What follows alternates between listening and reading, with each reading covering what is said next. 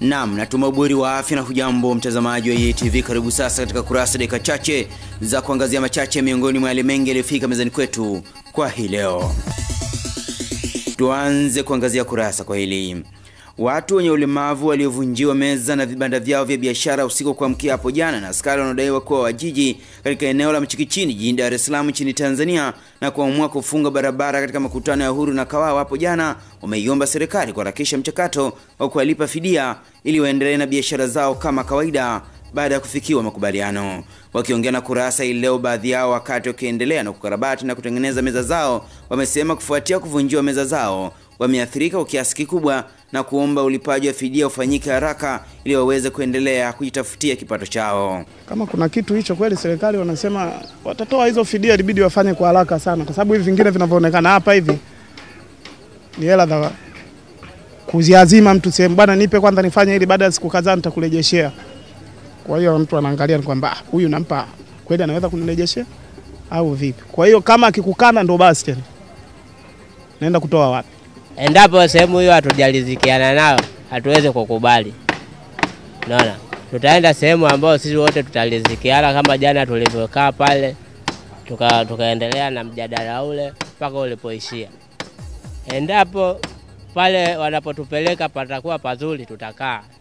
Pakiwa sio pazuri, mambo yataendelea kuwa yale yale ya jana.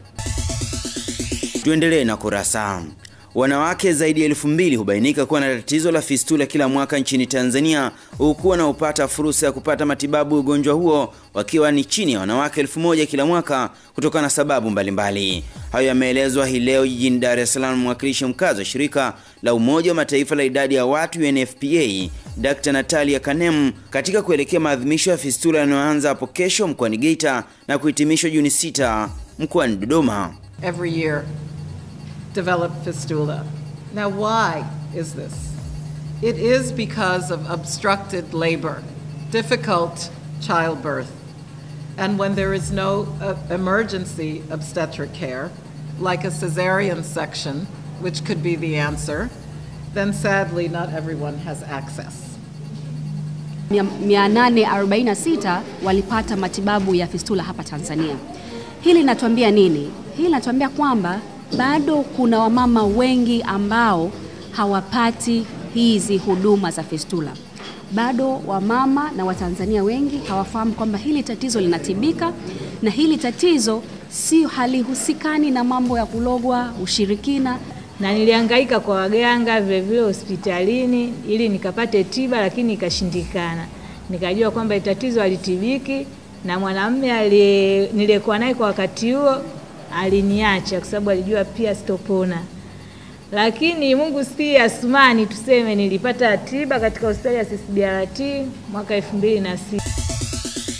Na tuhitimishe kurasa kwa hili.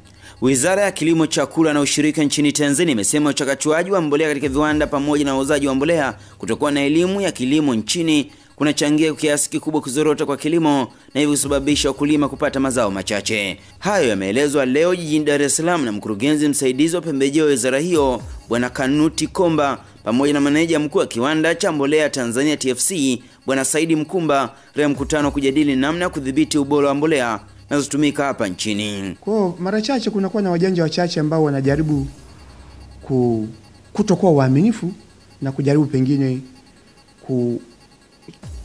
kuwapa wakulima mbolea ambayo ina viwango vile vinavyostahili. Muuza mbolea anapokuwa na angalau ile elimu ya tunasema basic knowledge, ile ABC ya matumizi, kuna maswali rahisi sana anatakiwa aweze kumsaidia.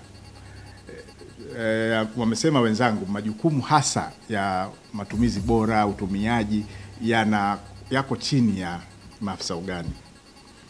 Lakini mkulima kabla hajafika kwa afisa ugani anaanzia kwa muuzaji.